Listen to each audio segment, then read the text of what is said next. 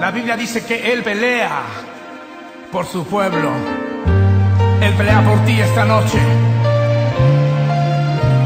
Di esta frase con nosotros. Y yo sé quién va conmigo, va por mí. Y quien a mis enemigos hace huir. Y una vez más. Y yo sé quién va conmigo, va por mí. Y quien a mis enemigos hace huir.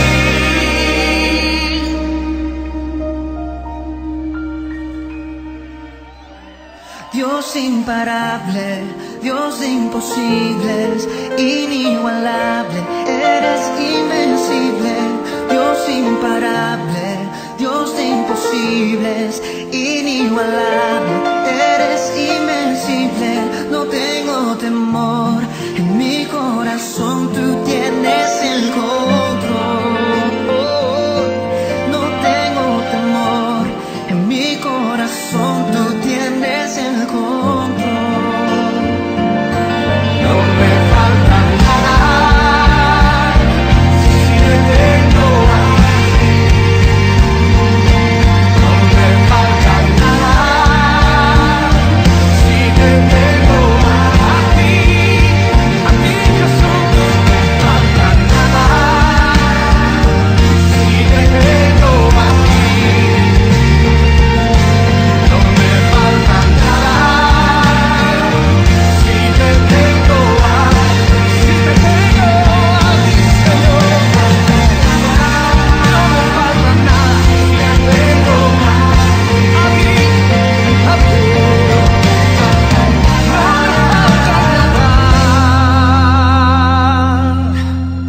porque te tengo a ti.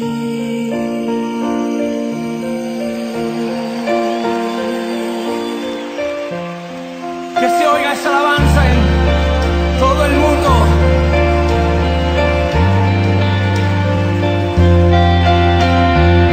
No me falta nada, te tengo a ti, Jesús. Empieza a adorar en tus propias palabras. Llena este lugar de adoración. Te tengo a ti, te tengo a ti. No me falta nada. Tú peleas por mí.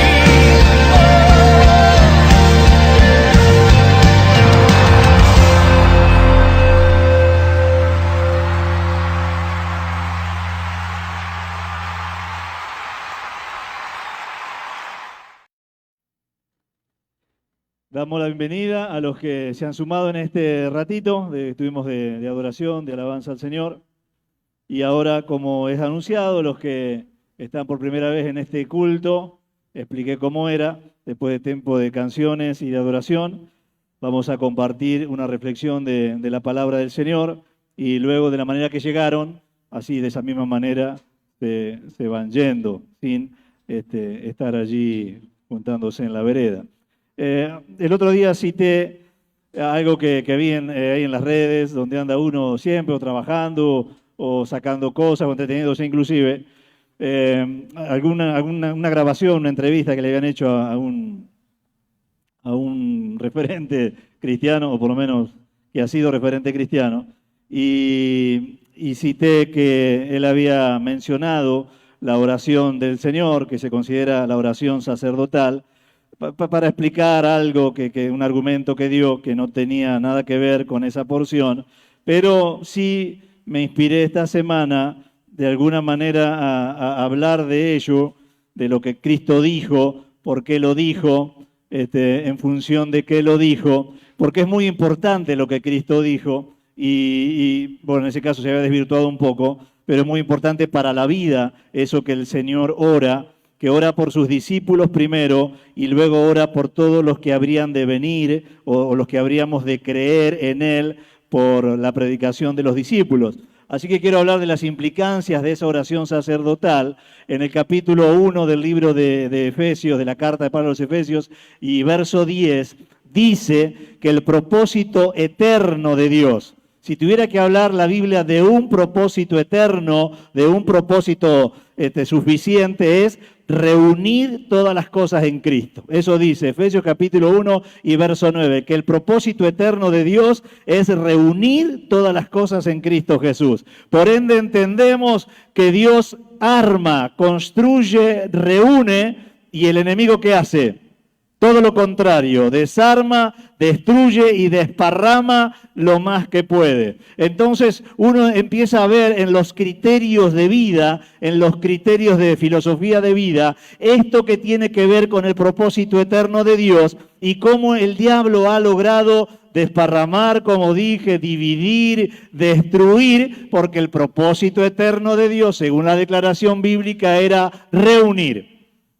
En el caso que cité, que mencioné, él habla de una especie de unión universal, donde todos somos hijos de Dios, donde todos somos familia de Dios. Y la verdad que la Biblia no dice eso. La verdad que la Biblia no dice eso. En el libro de San Juan también, pero en el capítulo 1 y verso 12 dice que todos aquellos que le recibieron y los que creyeron en su nombre, les dio la potestad de ser hecho hijo. No que todos son hijos. Todos somos criaturas de Dios, no todos somos hijos de Dios, por lo menos en el concepto bíblico. ¿Y por qué es importante eso? Porque estaba reflexionando esta semana y lo compartí con mi familia. Todavía no he elaborado un sermón porque es tan profundo lo que vino o Dios me trajo a mi mente que me tengo que poner a orar y a pensarlo bien.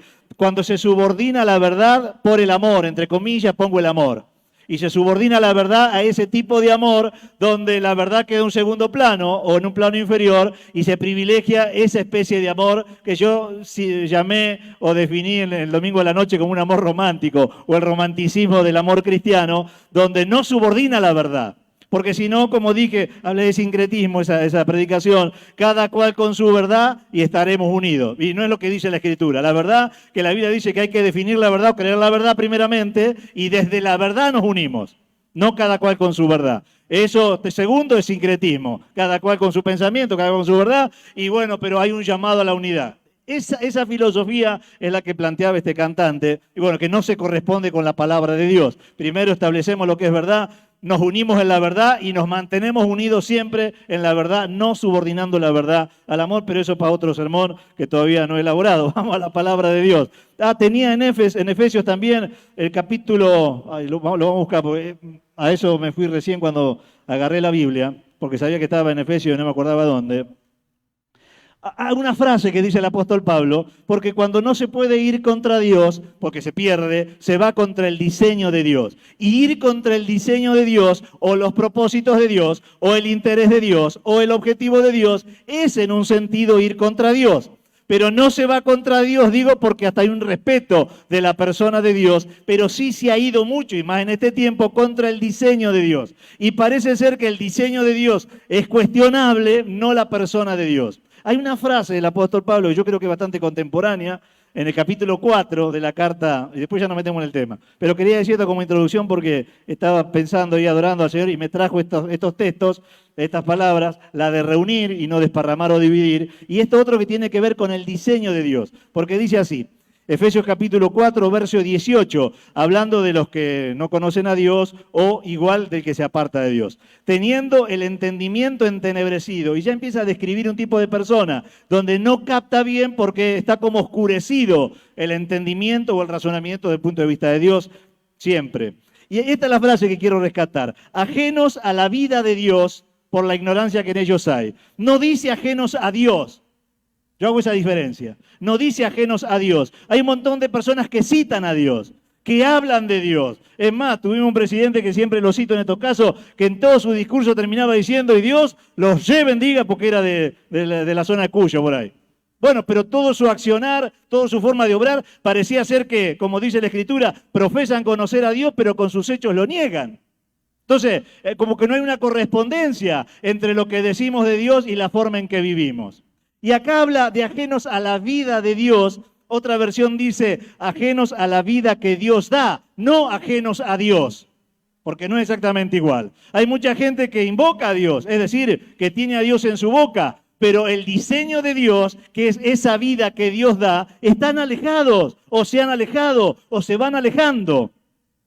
Y de eso quiero hablar en esta mañana, porque tiene que ver con esa oración que hizo el Señor a nivel de la iglesia o a nivel de la comunidad cristiana, pero también de la familia, de las empresas y de todo cuanto haya un grupo de seres humanos y que tengan objetivos en común. Es aplicable este mensaje de esta mañana. Vamos a la oración de Jesús entonces, San Juan capítulo 17, versos 20 al 22. Y dice: mas no os ruego, por eso los destinatarios de esta oración de Jesús eran estos. Eso lo aclaré el otro día en la cena. Mas no ruego solamente por estos, hablando de los 12, sino también por todos los que han de creer en mí, dice Cristo, por la palabra de ellos. Y ahora sí va a hablar de unidad, para que todos sean uno, como tú, oh Padre, en mí y yo en ti, que también ellos sean uno en nosotros, para que el mundo crea que tú me enviaste, y la gloria que me diste, o sea, han investido esa gloria, yo les he dado con el propósito de que sean uno, así como nosotros somos uno. Y eso tiene que ver con la unidad o con la unión, con el reunir, como le dice Pablo a los de Éfeso, y de eso quiero hablar esta mañana, porque tiene que ver con el diseño de Dios. Insisto con esto que me parece importante: nadie va contra Dios, o por lo menos en general nadie va contra Dios, pero sí se va y mucho contra el diseño de Dios, que como dije en un sentido es ir contra el Señor. La Biblia hace un llamado a lo largo de toda la historia bíblica, de todos los referentes de los escritores bíblicos, a que nos mantengamos unidos. Yo lo he dicho a veces, no he predicado sobre eso, pero lo he mencionado, que ha sido un desafío para la iglesia cristiana en este tiempo, mantenerse unido a pesar de las distancias. ¿Cómo te mantenés aislado por el COVID y no te desunís como resultado? Había que ponerle mucha onda para mantenernos aislados, pero no incomunicados. Así que había que tomar decisiones, hacer algunas inversiones, etcétera, etcétera, porque la verdad que, como siempre digo, o por lo menos estos meses, el diseño de Dios para la iglesia tampoco cambió. No cambió Dios, ni cambió el diseño de Dios para la iglesia. Y había que mantenerse unidos. Es mucho más fácil cuando se hacen reuniones presenciales, vamos y venimos, nos podemos visitar y podemos compartir. La verdad que es mucho más fácil mantener la unión. Pero ha sido un desafío para la iglesia en este tiempo, y de eso vamos a hablar en esta mañana, y al final tengo unas preguntas para que vos te puedas contestar hasta dónde cada uno de nosotros ha participado en eso y ha puesto como objetivo, como prioridad, mantenerse unido. No hay nada peor para una familia, va a decirle el propio Señor, ¿no? Por eso dije aplicable a la iglesia, a la familia y a cualquier empresa o emprendimiento en el que haya seres humanos que tengan objetivos en común. Una casa dividida contra sí misma, lo dijo Cristo. Una casa dividida contra sí misma desaparece. Eso dijo Cristo, cae. No hay manera de conservarse unidos o mantenidos firmes si se está desunido. A tal punto llevó Cristo la definición de la unión en el plano familiar, que es imprescindible para que se sostenga esa familia, primero que se mantenga unida. Porque dice, si se desune, listo, no hay más familia. Si usted analiza la historia de la iglesia, la historia del cristianismo en general, el apóstol Pablo advierte a las iglesias de Asia, o Galacia, como se conocen en la Biblia, les advierte de que estaban desunidos, se habían peleado, algunos querían volver al judaísmo, y le dice, tengo miedo que haya trabajado en vano. ¿Se acuerdan a los Gálatas que le dice Pablo eso? Me temo que haya trabajado en vano en ustedes. Si usted estudia la historia del cristianismo, la famosa ventana 2040 para las misiones, tiene que ver con esa región, porque después de 600 años vino el Islam, vino Mahoma y el Islam, y toda esa iglesia desapareció. Y ahora la ventana, hace unos años atrás, la ventana 2040, era el objetivo de la iglesia, evangelizar esa zona donde había estado primero la iglesia, pero había desaparecido. Analice cualquier comunidad que usted conozca, o cualquier familia, si lo aplica a la familia, donde empieza a haber pleitos, conflictos, esa familia desaparece, como esa iglesia desaparece. Usted, si conoce iglesias así, sabrá lo que le digo. Va a pasar por sus puertas y están cerradas. Porque no hay manera de permanecer o prevalecer si no se está unido primero. Como dije, la Biblia insta todo el tiempo a la unidad. En Romanos capítulo 12 y verso 5 dice, así nosotros siendo muchos somos un cuerpo en Cristo y todos miembros los unos de los otros. No hay manera de concebir la iglesia y la vida familiar, ya que estoy aplicando a la familia también, si no hay un sentido de pertenencia en común. Esto de que somos miembros los unos de los otros es que una iglesia como una familia es indivisible para que sea tal. Para que sea tal. Y el apóstol Pablo en la carta a los Romanos y la carta a los Corintios usa la metáfora del cuerpo para que entendamos la necesidad de estar juntos para ser. Y va a decir el apóstol Pablo también a los de Éfeso, capítulo 4 y verso 16, que todos los miembros de un cuerpo, unidos por las coyunturas que se ayudan mutuamente, van dando la edificación. Así está diseñada la cosa. Uno puede entenderlo esto y estar metido en eso, o como leí, ajeno a esto. Es una realidad que cada uno elige. Pero la verdad que el diseño sigue siendo el diseño. Uno puede estar más cerca o más lejos, pero el diseño no va a cambiar, porque el diseño lo estableció Dios. Así que lo que tenemos que hacer nosotros es ajustarnos a ese diseño para que, como veamos dentro de un ratito, podamos ver las ventajas de eso.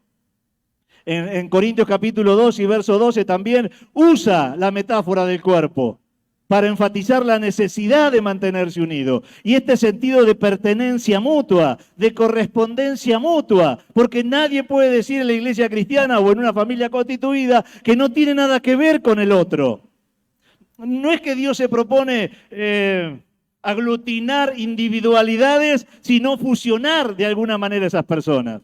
Y no negándonos a nosotros mismos en el sentido de no ser, sino de ensamblar con los otros.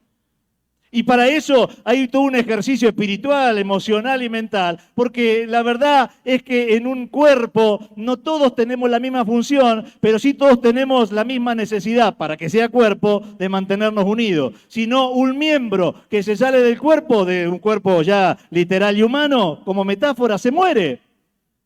Y claro que esa elección la hace cada uno todo el tiempo, ¿no? ¿Qué tan unido va a estar o no va a estar? Pero la verdad es que hay un resultado en esa unión o falta de unión en la vida individual de cada uno si perdemos la concepción de cuerpo. Un predicador dijo una frase, Cristo no es nada sin su iglesia. Era media fuerte la frase, ¿viste esa frase que aparecen por ahí y uno no puede intentar ver qué es lo que quiere decir? Pero sonaba lógica, por lo menos yo traté de interpretarla y de entenderla, porque claro, si la cabeza es Cristo y el cuerpo es la iglesia, en un sentido, Cristo no podría llevar a cabo sus planes si no fuera por la iglesia, si es lo que quiso significar.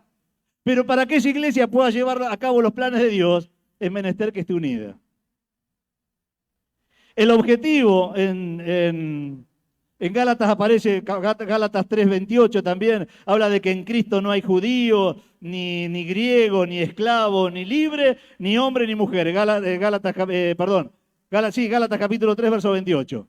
Habla de la necesidad de unirse, porque en ese tiempo había divisiones raciales y también de género. Mirá lo viejo que era lo de género de esa época. Había esas diferencias y dice Pablo aclarando, no, en Cristo no. En Cristo no.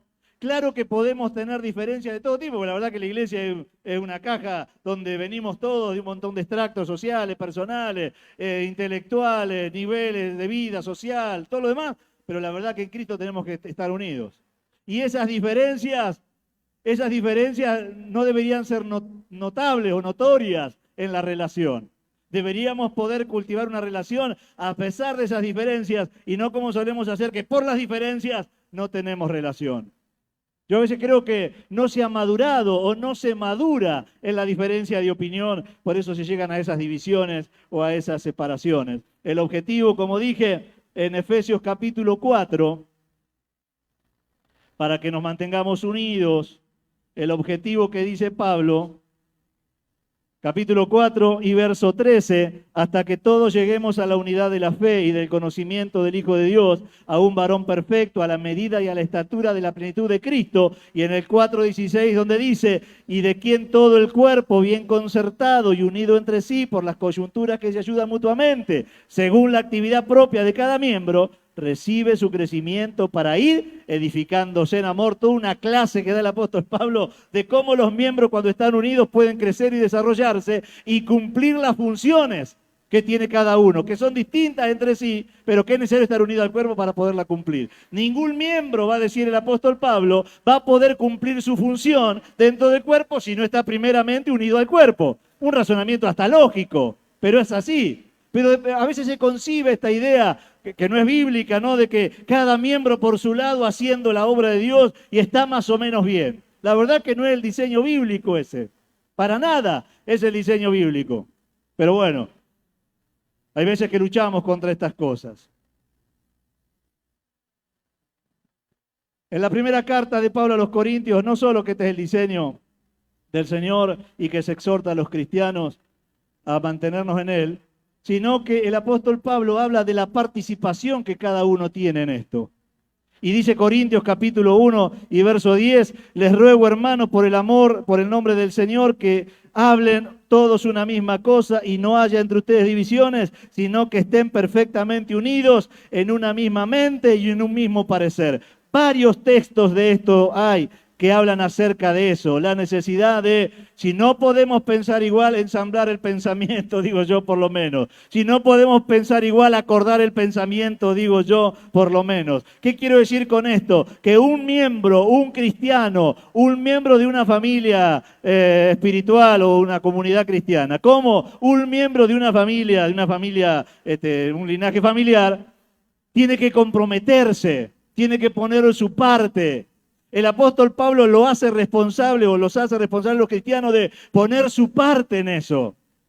El cristiano no tiene que ser pasivo cuando se trata de unidad, tiene que ser activo. El cristiano no se pone en la posición de no me dan o no recibo, sino qué puedo dar o cómo puedo ayudar. Es una actitud errónea o por lo menos cómoda además, pero es errónea pensar lo que yo recibo y no lo que yo doy. En función de la unidad me refiero. Porque si cada uno nos pusiésemos en esa posición, en casa o en la vida, entonces no habría tal unión. Yo me quedo en la posición de recibir, usted se queda en la posición de recibir, ninguno de los dos damos, ninguno de los dos recibimos. Firmo abajo. Así que el apóstol Pablo insta a la iglesia a que tenía que hacer algo para mantenerse unida. A que era su compromiso mantenerse unido. Por eso dije, hablando de la pandemia y la cuarentena como medida, había que hacer algo para mantenernos unidos, porque la verdad que la realidad era que nos aislaban y había que hacer algo. ¿Qué quiero decir con esto? Que tiene que ver con un compromiso personal, el hacerlo o no, de cada cual. Filipenses capítulo 1 y verso 27, se exhorta a los cristianos a estar unidos todo el tiempo. En la segunda carta a los Corintios, capítulo 3 y verso 11, se insta a los cristianos a estar unidos. El capítulo 4, pero el verso 3 de Éfeso, se insta a los cristianos a estar unidos. Y a lo largo de toda la Biblia se instan a los cristianos a estar unidos. Y eso me lleva a mí a reflexionar sobre un par de cosas, que yo a veces las digo al pasar, en otros casos me siento a intentar profundizar, hay que ver si lo logro, que tiene que ver con la postura. A mí me hace ruido al oído cuando alguien dice la iglesia. Y no me refiero a esta comunidad que es maravillosa. Cuando hablamos de la iglesia del Señor, en términos negativos me refiero. Había un escrito que me pasaron a mí en estos días del aborto, de alguien que se ve que es crítico de la iglesia, y yo no me identificaba, la verdad, porque de las cosas que dice que pueden ser que pase, yo no voy a decir tampoco que no pasa, yo no me identifico porque yo no vivo así. Pero tenía una mirada, uno veía así el escrito en general y era una postura crítica de la iglesia, del concepto de iglesia. Entonces yo le puse a que me lo mandó a mí, porque encima me lo manda a mí, mira, no considero esto porque esto, no considero esto porque esto otro, no lo considero así porque tal o cual cosa. Ahora hay que ver la persona que escribe dónde está parada la iglesia, porque si está en la vereda de enfrente o a 20 kilómetros, es probable que tenga esa visión, pero será su visión. Entonces lo primero que pongo para reflexionar es, ¿cuál es nuestra postura respecto de la iglesia? Y respecto de la familia, porque esa postura, es decir, cómo nos asumimos, cómo nos posicionamos, determina nuestro grado de compromiso en esto de reunir o desparramar o disociar o dividir, que sería mucho peor. Eso determina la postura en la que estamos. La última vez que predicó el pastor Marcelo, que hablaba, dijo varias cosas, pero como concepto así, no se puede. ¿Cómo vas a restaurar algo si todo el tiempo estás hablando mal en contra de eso? Usó como frase del matrimonio y de la familia. Nadie que esté en contra de algo que va a poder restaurar eso que lo tienen o se posiciona en contra. Es así. Así que nuestra postura es definitiva o definitoria de lo que le vamos a aportar. Porque usted le aporta lo que le aporta porque está en la postura que está. A la unión me refiero. A la unión. Y si en el plano familiar es exactamente lo mismo. La postura que asumimos es lo que le aporta, a uno no le aporta. Pensando en la familia, ¿cuántos han tenido conflicto en su familia? ¿Quién va a levantar la mano ahora? Hasta Dios, digo yo, tuvo problemas con su familia, porque cuando la iglesia tiene conflicto es la familia de Dios, así que Dios tiene problemas con su familia, digo yo. Pero es nuestra postura lo que ha hecho que la cosa cambie, mejore o empeore. Para mí, el posicionamiento, yo cuando escucho, por eso me gusta escuchar, a veces me detengo a escuchar más que a hablar, porque los posicionamientos son determinantes para mí. Y suelo decir, si está en esta postura, lo más probable es que actúe de ese modo. Y lo más probable es que actuando de ese modo el resultado sea ese, tal o cual. Entonces mi pregunta primera es, ¿y cuál es nuestra postura? Si yo sé que para Dios lo más importante, su propósito eterno es el reunir, ¿cuál es mi postura? ¿Cómo contribuyo yo a ese propósito eterno de Dios? ¿Cómo me posiciono yo para que ese propósito eterno de Dios se cumpla? ¿Cómo participo yo de eso? ¿O no? ¿O no participo nada y soy neutro? ¿O peor? Participo en dividir o romper o desparramar. Lo segundo es, ¿qué pienso? ¿Cuáles son nuestros pensamientos? No solo nuestra postura, que lo mejor la postura sea resultado de pensamiento, pero te ayudo a que repases lo que vos pensás. Porque lo que vos pensás te va a hacer posicionarte también, en un lugar o en otro. Y también hablé de los sentimientos, porque creo que lo cité en la cena del Señor el otro día. Los sentimientos que generamos y los sentimientos que nos generan suelen ser determinantes en los vínculos. Y hay veces que no se llega a un nivel, yo no soy muy sentimental, ni mucho menos, para mí, me preguntó, creo que mi hijo el otro día, que el amor, el acto de la voluntad para favorecer al otro, hasta medio fría la definición, pero para mí es eso. No soy muy sentimentalista en las definiciones. Pero sí el acto de la voluntad en buscar el bienestar del otro, porque me importa el otro, y busco el bienestar del otro. Eso es la práctica del amor para mí, y no esas frases célebres que a veces se ponen, y esos posteos que aparecen por ahí en las redes que no tienen ninguna consonancia con la vida real después. Pero ¿cuáles son los sentimientos que yo tengo? Porque esos sentimientos también me posicionan de un modo u otro. Y uno tendría que repasarse de tanto en tanto cuáles son los sentimientos que tenemos. ¿Qué sentimiento me genera Agustín? Porque a partir de ahí voy a procurar, hola Agustín, ¿cómo andás? A partir de ahí voy a procurar o no un vínculo con él. Uno puede decir, alguien me dijo alguna vez, yo no tengo nada contra fulano. Algo tenías que tener, porque algo positivo tenés que tener. Eso de que yo no tengo nada parece una excusa, como yo no estoy peleado, es como que ese sería el punto. Es poco, porque tendríamos que tener mucho. El no tener nada, yo entiendo que pretenden significar que no están peleados, que no están disociados, separados, en pleito. Pero eso no es todo lo que un cristiano debe dar en el relacionarse. Así que pensé, ¿cuáles son los sentimientos? Porque estas tres cosas determinan para mí mi vocación, mi participación en eso.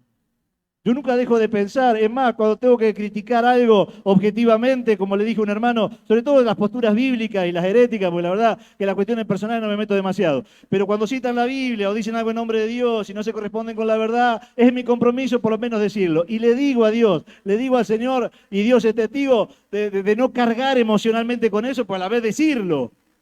Porque es mi compromiso, por lo menos el mío es decirlo. Pero sin la carga emocional y esperando que Dios les haga ver que están equivocados. No disfrutando del error, mucho menos.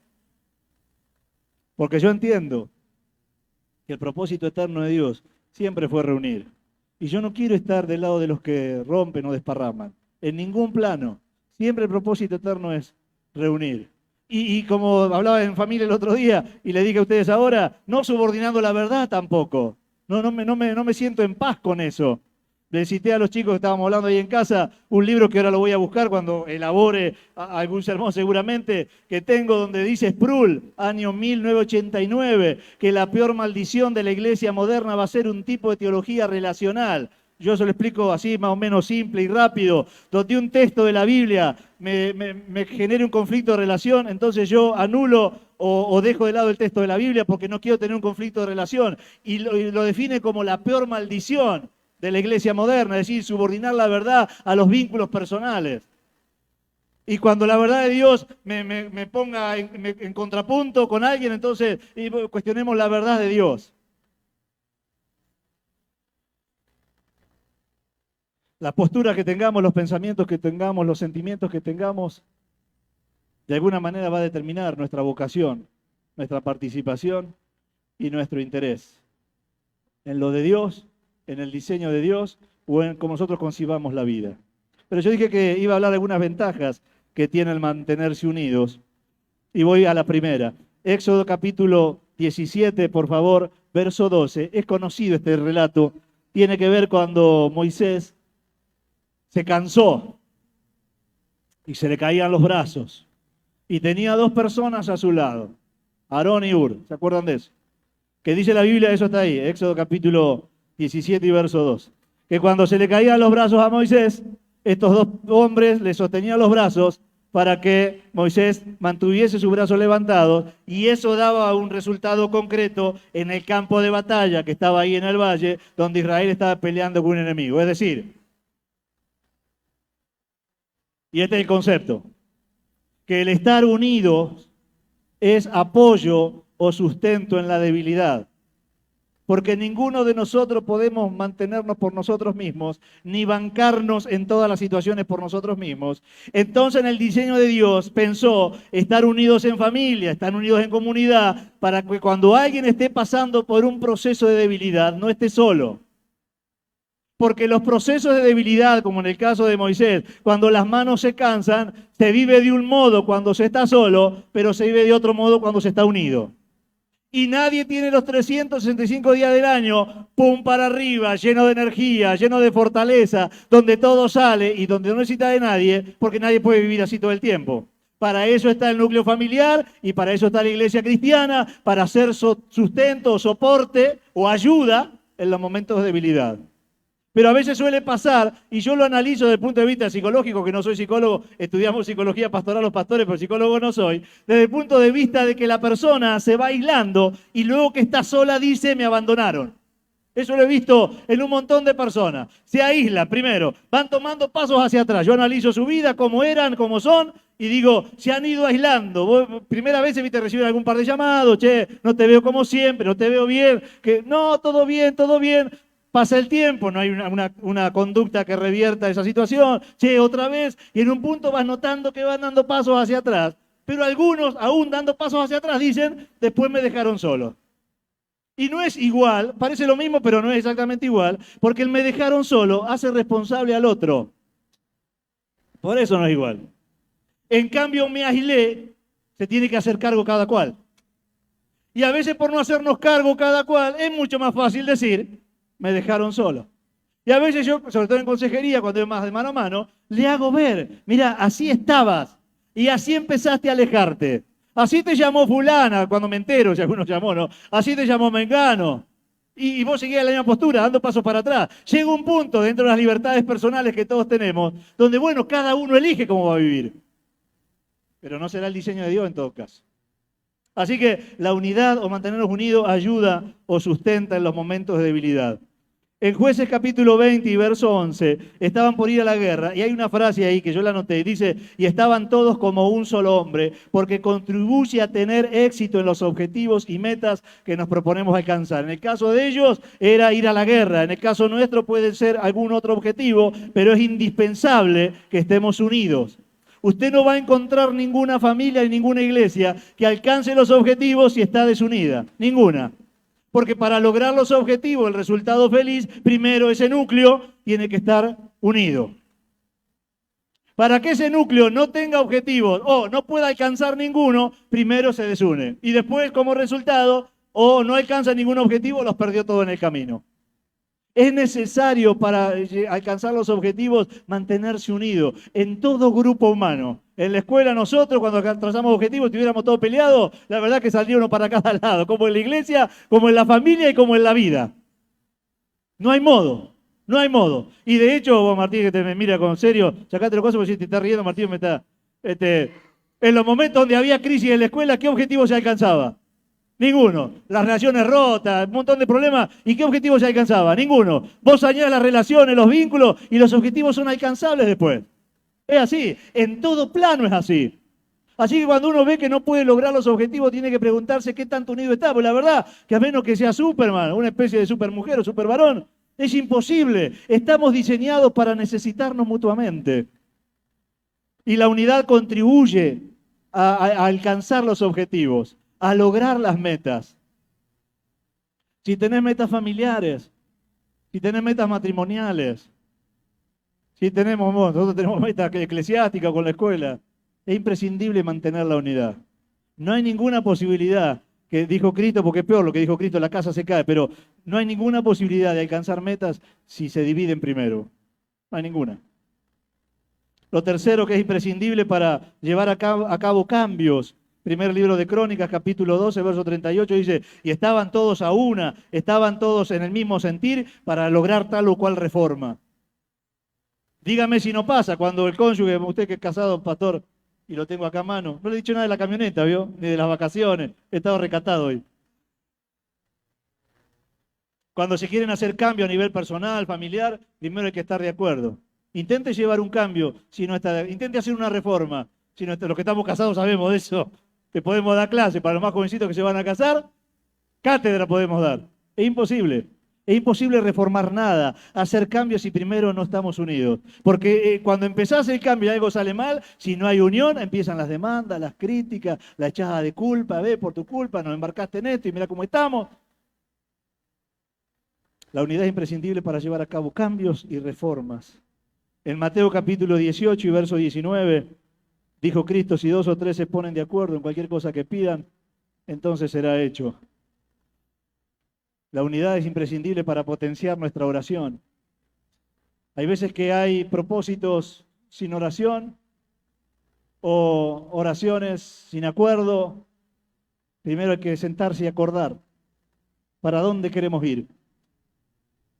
¿Para dónde queremos ir? Porque dice el Señor, si 2 o 3 se ponen de acuerdo y piden, pero viste que a veces pasa que no nos ponemos de acuerdo para dónde queremos ir. Y es muy difícil porque dice la Escritura, caminarán juntos si no están de acuerdo. A veces no podemos caminar juntos, porque primero tenemos que acordar, después orar. Hay acuerdos sin oración, no da mucho resultado eso. Y hay oraciones sin acuerdo, no da mucho resultado eso. Lo que da resultado es acordar y luego orar. Como dijo Cristo, la unidad potencia nuestras oraciones. Triste realidad es que puede más un diablo unido que una iglesia dividida. Yo cuando paso por algunos templos, en algunos conozco la historia porque son de acá, son templos de acá. Paso por algún templo y digo, ¿cuánto conflicto interno? Nunca pudieron resolver los conflictos internos. Cuando veo una familia rota o disociada, nunca pudieron resolver sus conflictos. Y digo, puede más un diablo unido que una iglesia dividida. Va a lograr más un diablo unido que una familia dividida. Y no importa que la familia tenga sobre sí todas las promesas de Dios. Y no importa que la iglesia tenga sobre sí todas las promesas de Dios. Si se divide, si se fracciona, entonces, como dijo Cristo, va a caer. Consejos prácticos.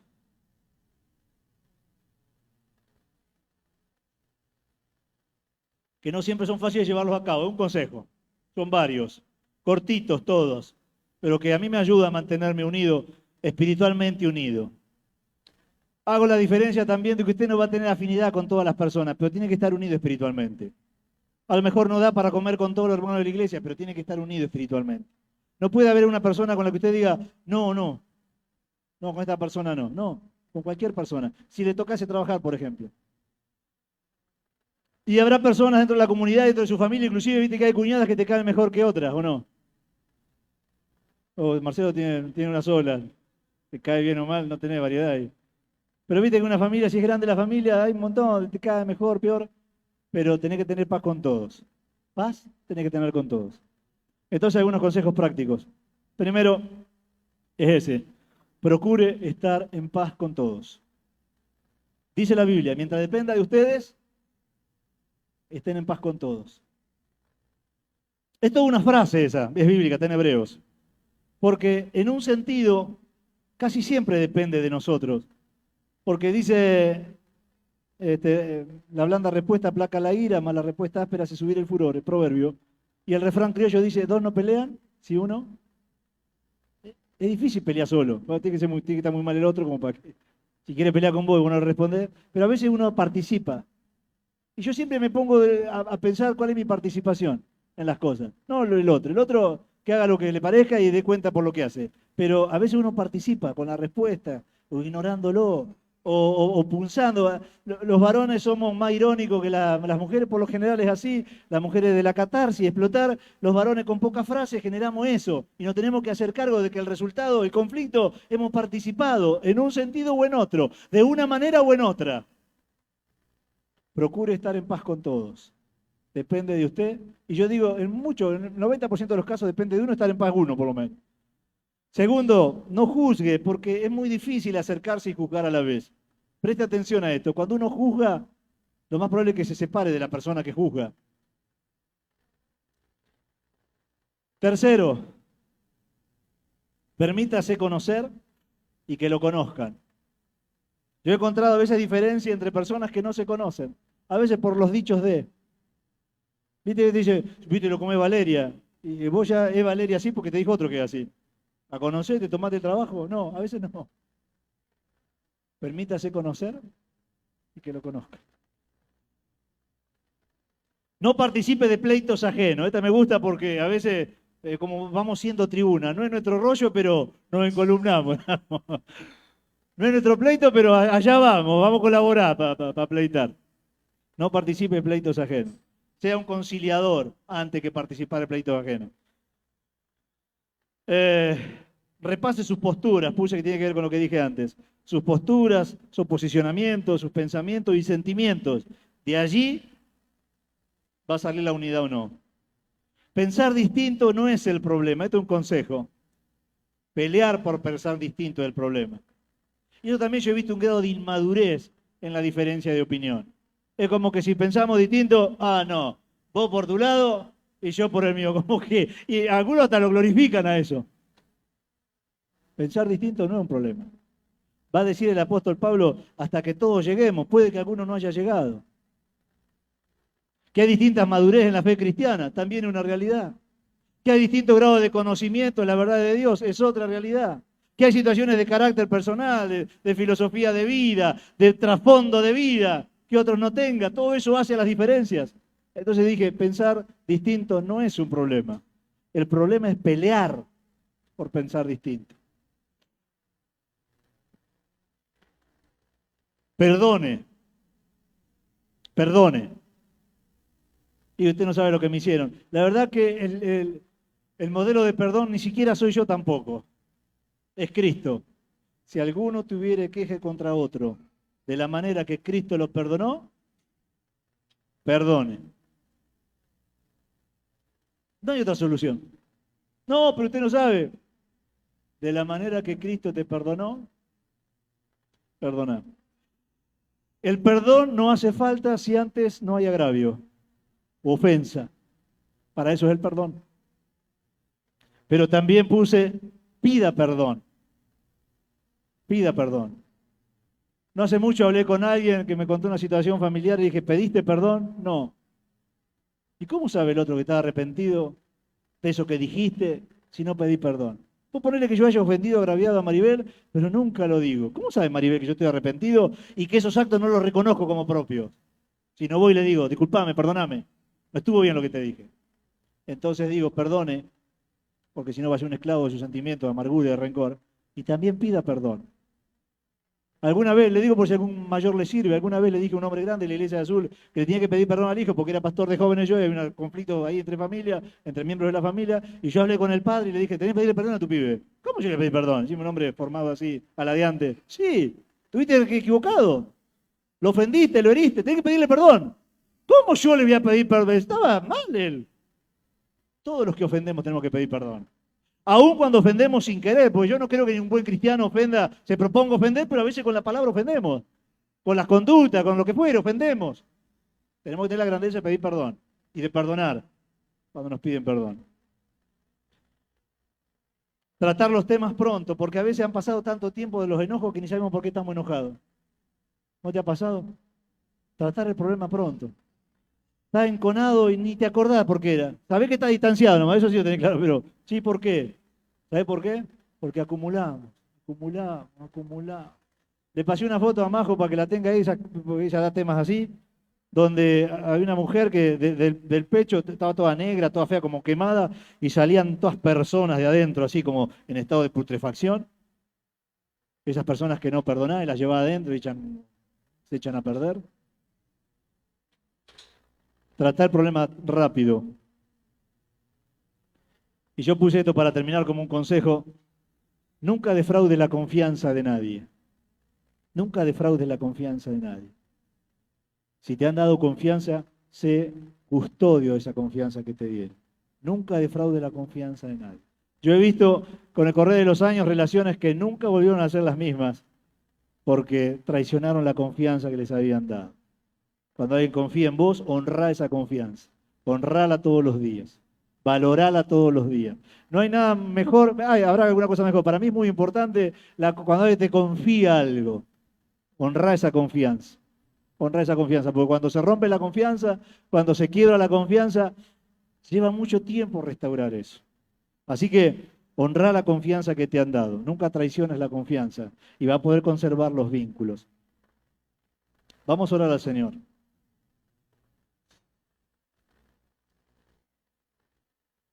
Quiero que por un momento repases los posicionamientos, los pensamientos y los sentimientos. Séte honesto.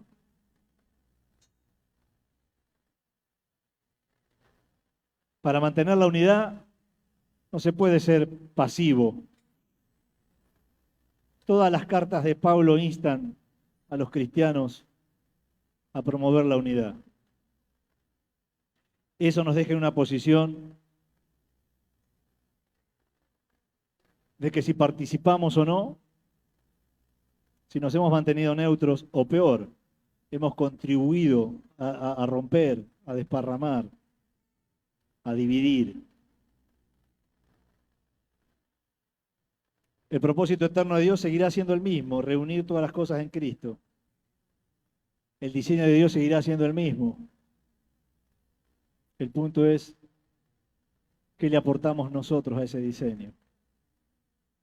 Aun cuando haya conflictos, uno puede obrar correctamente.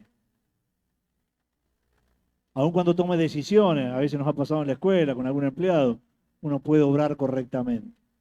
Siempre se puede obrar correctamente, siempre.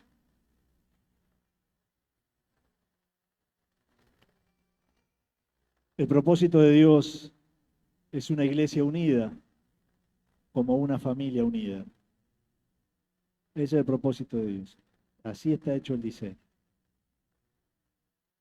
Pero a veces nosotros o no hemos trabajado en virtud de eso, o peor, hemos trabajado más para romper que para armar. Padre bueno, en el nombre de Jesús nos presentamos esta mañana. Te damos gracias, Señor, porque en aquella oración nos incluiste a nosotros.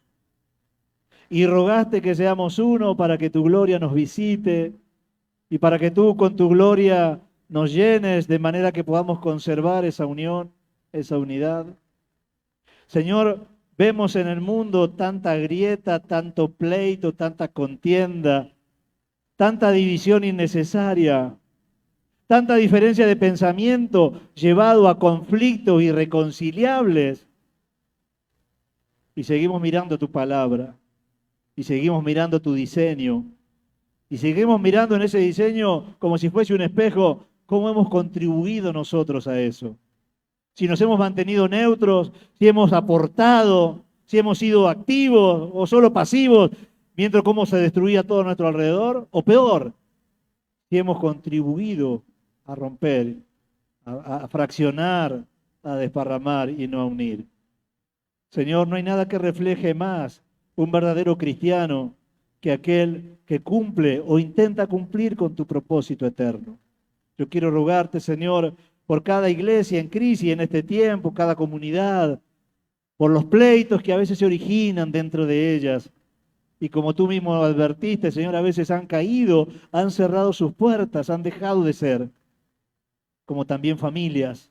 Y nunca va a ser tu propósito ese, nunca va a ser tu propósito ese.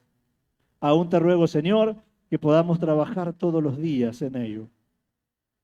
Y cuando tengamos crisis, diferencias de opiniones, o por allí situaciones a perdonar, ofensas, podamos aprender de vos, porque no hay otro camino.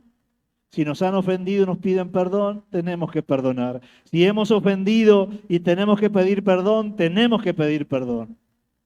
Y de esa manera restaurar, de esa manera sanar, de esa manera salvar lo que tú has hecho.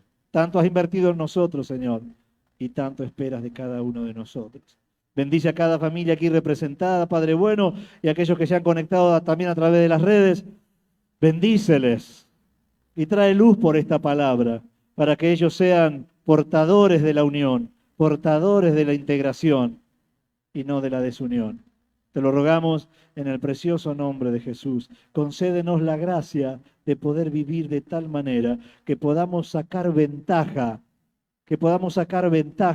de tu diseño, para alcanzar los propósitos, para que estemos acompañados en tiempo de debilidad, para llevar a cabo cambios o reformas, porque es imprescindible este diseño tuyo de mantenernos juntos y unidos. Te lo agradecemos, Señor, por todo lo que podemos hacer y lograr desde esa unión, pero te pedimos también poderla conservar. Tiempos difíciles han venido y vendrán, pero como dijo el Señor, como dijiste vos, Señor amado, si una familia se mantiene unida, si una casa se mantiene unida, entonces no va a caer. Señor amado, concédenos esa gracia. No de que situaciones no vengan sobre nosotros, porque eso es inevitable, sino que cuando lleguen, estemos lo suficientemente unidos para juntos hacer frente. En el nombre del Señor Jesús. Amén. Y amén. Amén. Amén. Muy bien, hermanos. Señor les bendiga. Como llegaron, chao Daniel y Carola, se van retirando. Que Dios les conceda la gracia. Y nos veremos Dios mediante. ¿Dónde están los que saltan esta tarde?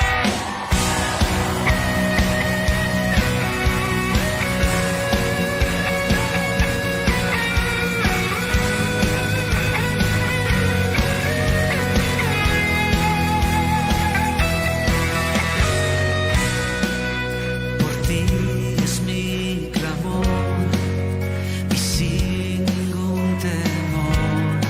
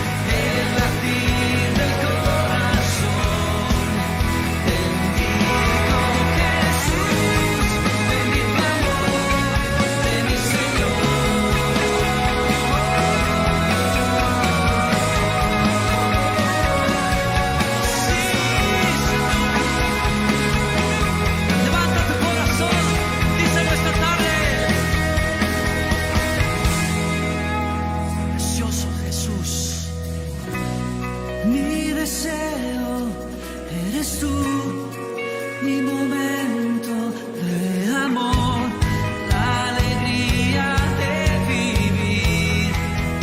Bendito Jesús, eres mi fuente de amor, eres aire y eres sol, el latir del corazón. Bendito Jesús, bendito amor de mi Señor. Bendito amor de mi Señor.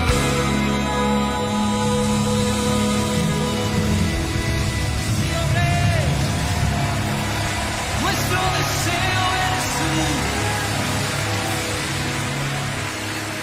nuestra delicia eres tú, Señor. Mi deseo eres tú, mi momento de amor, la alegría de vivir. Bendito Jesús, eres mi fuente de amor, eres aire, eres sol, el latir del corazón. Bendito Jesús, bendito amor de mi Señor.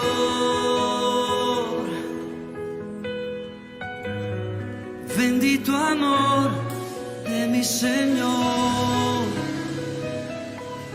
Sí, Señor.